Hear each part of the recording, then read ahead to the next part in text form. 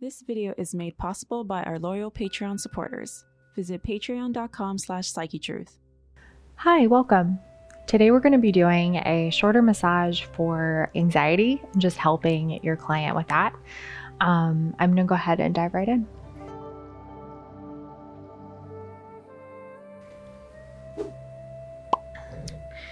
So I'm going to start without oil, and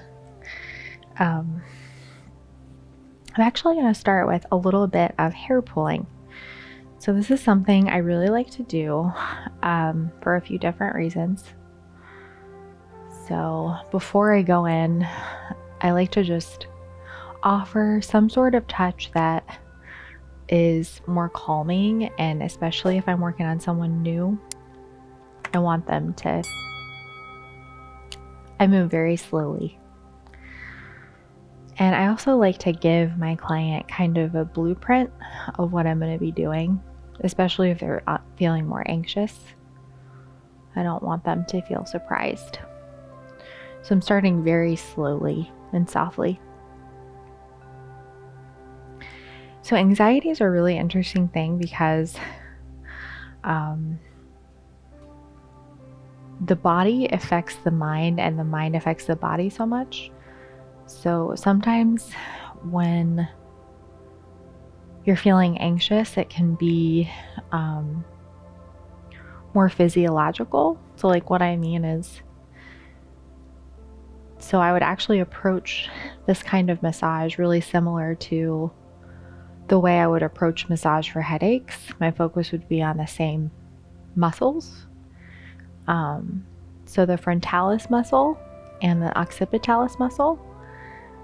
When you kind of furrow your brow a lot, if you're a student and you study a lot, or if you're in a place where you're worrying about something, when you tense up this muscle back here gets really tight as well, and that can trigger an anxiety response, and it can be hard to just shift out of it. So it's not always about like positive thinking. It's really like about learning those skills, how to just like truly relax your body and knowing what you need to relax. So right now, this is a really nice way to stimulate the frontalis muscle.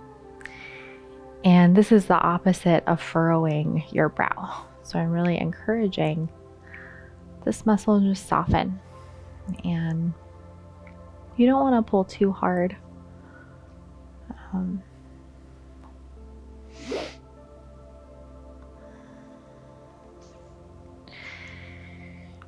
I'm going to go in with some more direct contact.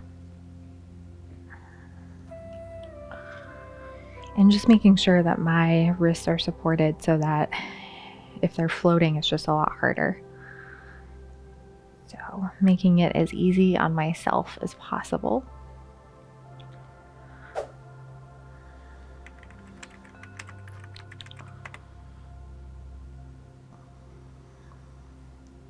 So really just encouraging this muscle to soften and relax. People don't realize how much tension they carry in this muscle sometimes, especially students.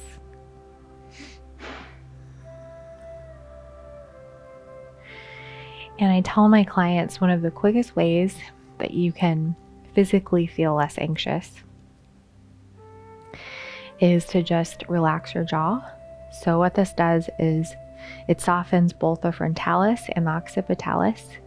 So when you're able to really keep that jaw nice and soft, be mindful of that and feel that space in your mouth, those two muscles just soften and you can immediately feel a lot better.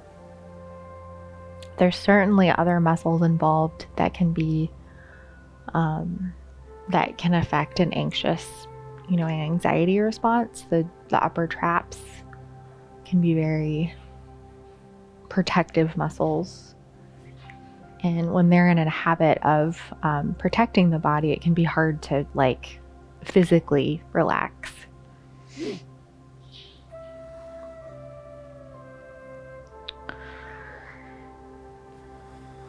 And I like to work on this temple area, especially as I'm kind of communicating to my client about the whole softening the jaw. Together, this can be really helpful. You can do little circles, you can do more static holds. I like to do like barely visible circles on the temples.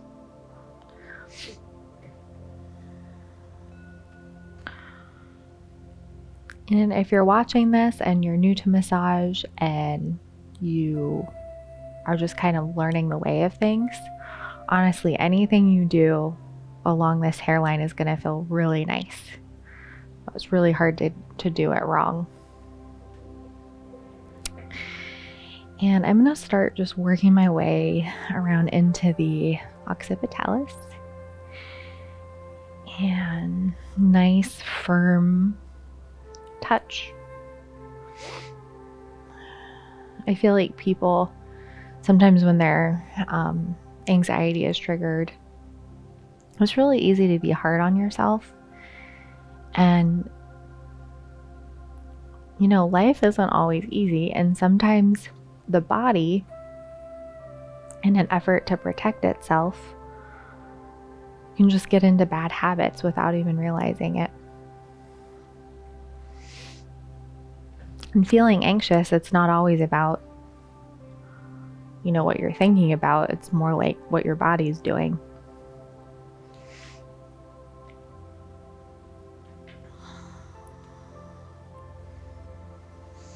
And I do like to include the suboccipitals because that creates a nice deep release in this area. It's the goal anyways. And this whole time, I like to encourage my client to just really let there be space in their mouth and keeping the jaw nice and relaxed.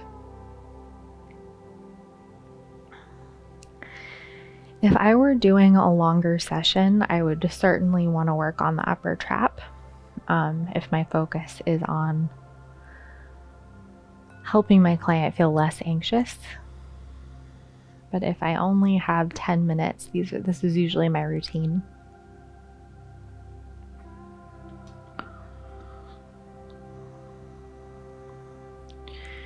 And also, I feel like therapists can put a lot of pressure on themselves when clients come in with, you know, mental health issues. I feel like massage therapists just want to fix it, and like it's never about fixing anything. It's just about being a positive influence and helping people feel better, not perfect.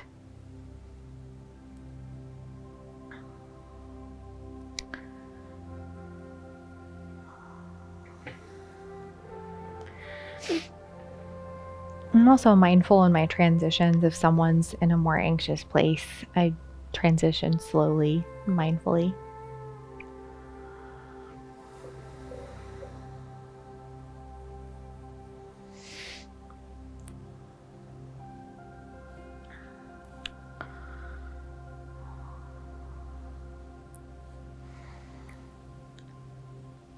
And I'm not I never really try to do super deep tissue on the occipitalis. Just nice firm pressure. Just stimulating that muscle fiber, getting fresh blood there.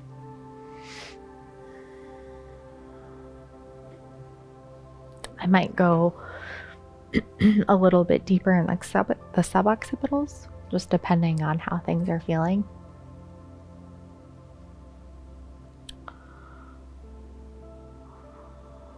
And before I forget, I'd like to thank a few of our patrons. I want to thank Lori K, RS, and Emily. You know who you are, and we appreciate you guys so much.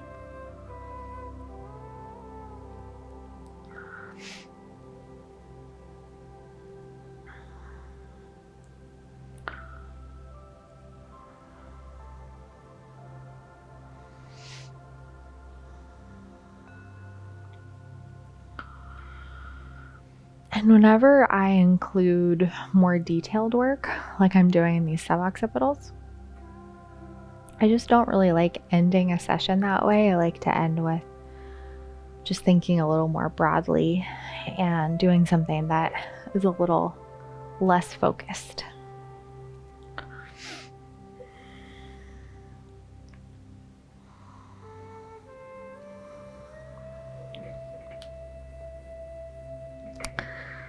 This is a really lovely stretch for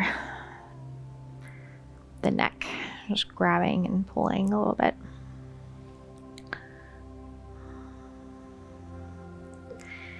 And I'm going to go ahead and end how I started in this frontalis muscle.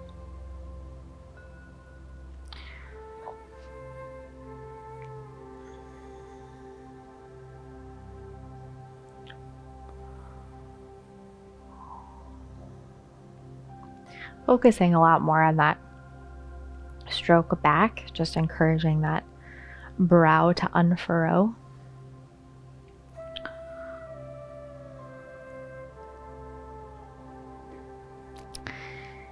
And just releasing my touch, nice and slow, no rushing. And that is all for today, guys. Thank you for joining us today, guys. We enjoyed spending this time with you. If you enjoyed today's video, you should check out our Patreon page where you'll find some exclusive content. I look forward to seeing you there.